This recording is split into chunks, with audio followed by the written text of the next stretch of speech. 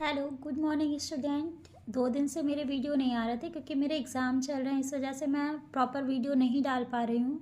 उसके लिए आप सबसे सॉरी है। मेरी आप सबसे रिक्वेस्ट है कि जो भी टॉपिक मैं डाल रही हूँ उसको बढ़िया से पढ़ो और ज़्यादा से ज़्यादा मेरे चैनल को लाइक करिए, सब्सक्राइब कीजिए और शेयर कीजिए।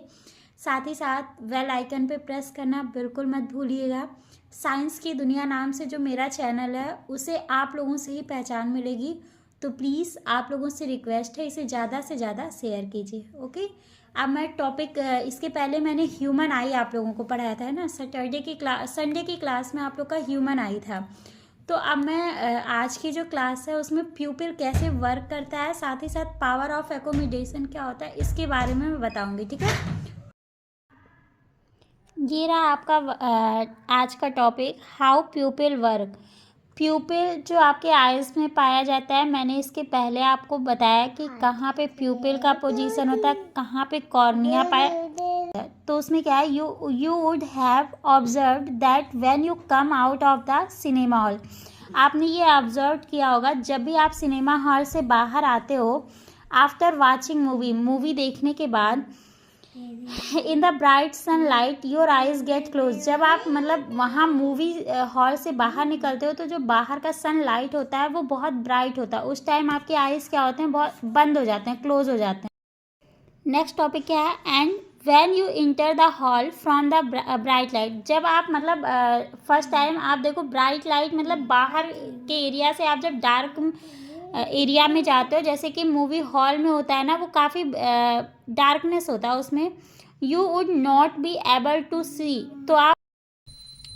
तो आप क्या होता है, आपकी आंखें जो होती हैं वो देख नहीं पाते, मतलब कुछ टाइम के लिए ऐसा फील होता है कि आपकी आंखों में मतलब आंखें बंद हो रही हैं। ठीक, तो और समटाइम्स आफ्टर समटाइम्स आपकी आंखें क्या होती हैं, देखने लगती हैं, मतलब धीरे धीरे वो ओपन होता है।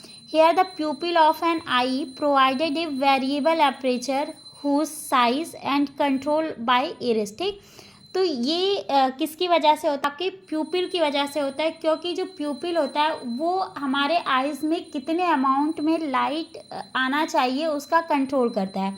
ठीक, और जो प्यूपिल की साइज़ होती है उसको कौन कंट्रोल करता है, इरिस करता है।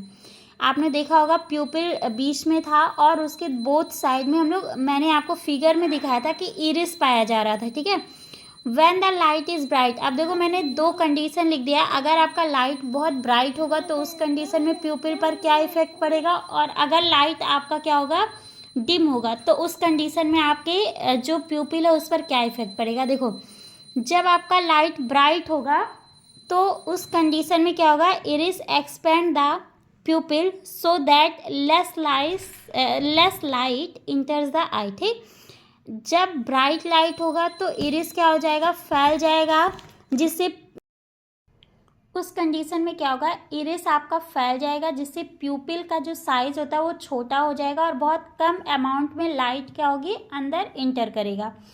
When the light is dim, जब आपका लाइट डिम होगा तो उस कंडीशन में इरिस क्या हो जाएगा, when the light is dim, जब आपका लाइट डिम होगा उस कंडीशन में इरिस जो होगा वो क्या होगा, कॉन्ट्रैक्ट। अगर लाइट ब्राइट है तो वो एक्सपेंड, फैल जाएगा, जिससे प्यूपिल की साइज छोटी हो जाएगी। और जब आपकी लाइट का जो अमाउंट है वो बहुत कम होगा उस कंडीशन में क्या होगा, जो इरिस है, ठीक, वो कॉन्ट्रैक्ट हो जाएगी और प्यूपिल फैल जाएगा, जिससे बहुत ज़्यादा अमाउंट में, मतलब जितनी नीड होती है उतने अमाउंट में लाइट क्या होगी, हमारे आइज़ में इंटर होगी। प्यूपिल open completely when iris is relaxed. ठीक, हमारा प्यूपिल पूरी तरीके से तब खुलता है जब हमारा इरिस क्या होता है, रिलैक्स्ड फॉर्म में होता है। अब पावर ऑफ एकोमोडेशन क्या होता है, the ability of eye lens to adjust it focal length is called accommodation. ठीक, जो हमारे आई लेंस होते हैं उनकी एबिलिटी को, फोकल लेंथ को एडजस्ट करने की एबिलिटी को हम क्या बोलते हैं, power of accommodation. With the help of ciliary muscles, आपको इसके पहले मैंने बता दिया, जो सिलियरी मसल होता है वही हेल्प करता है इन सारे प्रोसेस को करने में। ठीक, अब देख लो सिलियरी मसल का क्या काम है। पहला तो क्या होता है, वो एक तो रिलैक्स्ड फॉर्म करेगी, दूसरा क्या है, कॉन्ट्रैक्ट फॉर्मेशन करेगी। तो जो रिलैक्स्ड फॉर्मेशन होता है उसमें क्या होगा, आई लेंस बिकम थिन जो आई लेंस होती है वो क्या हो जाएगी, एकदम थिन हो जाती है। जब वो कॉन्ट्रैक्ट होगा, सिकुड़ेगा, तो उस कंडीशन में क्या होगी, आई लेंस हमारी थिक मोटी हो जाएगी। इंक्रीज द फोकल लेंथ, जब सिलियरी मसल रिलैक्स्ड फॉर्म में होगा तो जो फोकल लेंथ है वो बढ़ जाएगा। अगर सिलियरी मसल कॉन्ट्रैक्ट फॉर्म में होगा तो फोकल लेंथ क्या होगा, डिक्रीज होगा। इन सारे पॉइंट को काफ़ी ध्यान से पढ़ना। आई लेंस जब भी मतलब सिलियरी मसल अगर आपका रिलैक्स्ड फॉर्म में है तो आई लेंस हमेशा थिन होगा, फोकल लेंथ ज़्यादा होगा, और साथ ही साथ जो डिस्टेंस पे रखी हुई चीज़ें हैं उनको हम लोग क्लियर नहीं देख सकते हैं, ठीक। और जब कॉन्ट्रैक्ट फॉर्म में होगा तो उस कंडीशन में जो आई लेंस है वो क्या हो जाएगा, थिक हो जाएगा, मोटा हो जाएगा। साथ ही साथ फोकल लेंथ उसका जो है वो डिक्रीज हो जाएगा, कम हो जाएगा, और जो नज़दीक की चीज़ें हैं उनको हम लोग क्लियर उस टाइम नहीं देख सकते हैं, ठीक। अब देख लो नियर पॉइंट और डिस्टेंट पॉइंट कितने होंगे। तो जो नियर पॉइंट होती है हमारी आँखों के लिए वो 25 सेंटीमीटर होता है, और जो डिस्टेंट पॉइंट होती हैं आँखों के लिए वो हमारी कितनी है, नॉर्मल आइज़ के लिए जो नॉर्मल है, जिनके पास कोई बीमारी नहीं है, उसका क्या होता है, इन्फिनाइट, मतलब वो इन्फिनिट तक भी देख सकता है। अब नेक्स्ट टॉपिक के साथ अभी मैं बहुत ज़्यादा टॉपिक नहीं ला पा रही हूँ क्योंकि मेरे भी एग्ज़ाम है, तो मैं बहुत ज़्यादा नहीं टाइम दे पा रही हूँ। बट अब जो नेक्स्ट टॉपिक होगा आपका है मायोपिया, ठीक है, और हाइपर मायोपिया। तो ये जो है इसकी डिजीज़ है, आँखों में होने वाली कमी है, डिसऑर्डर है।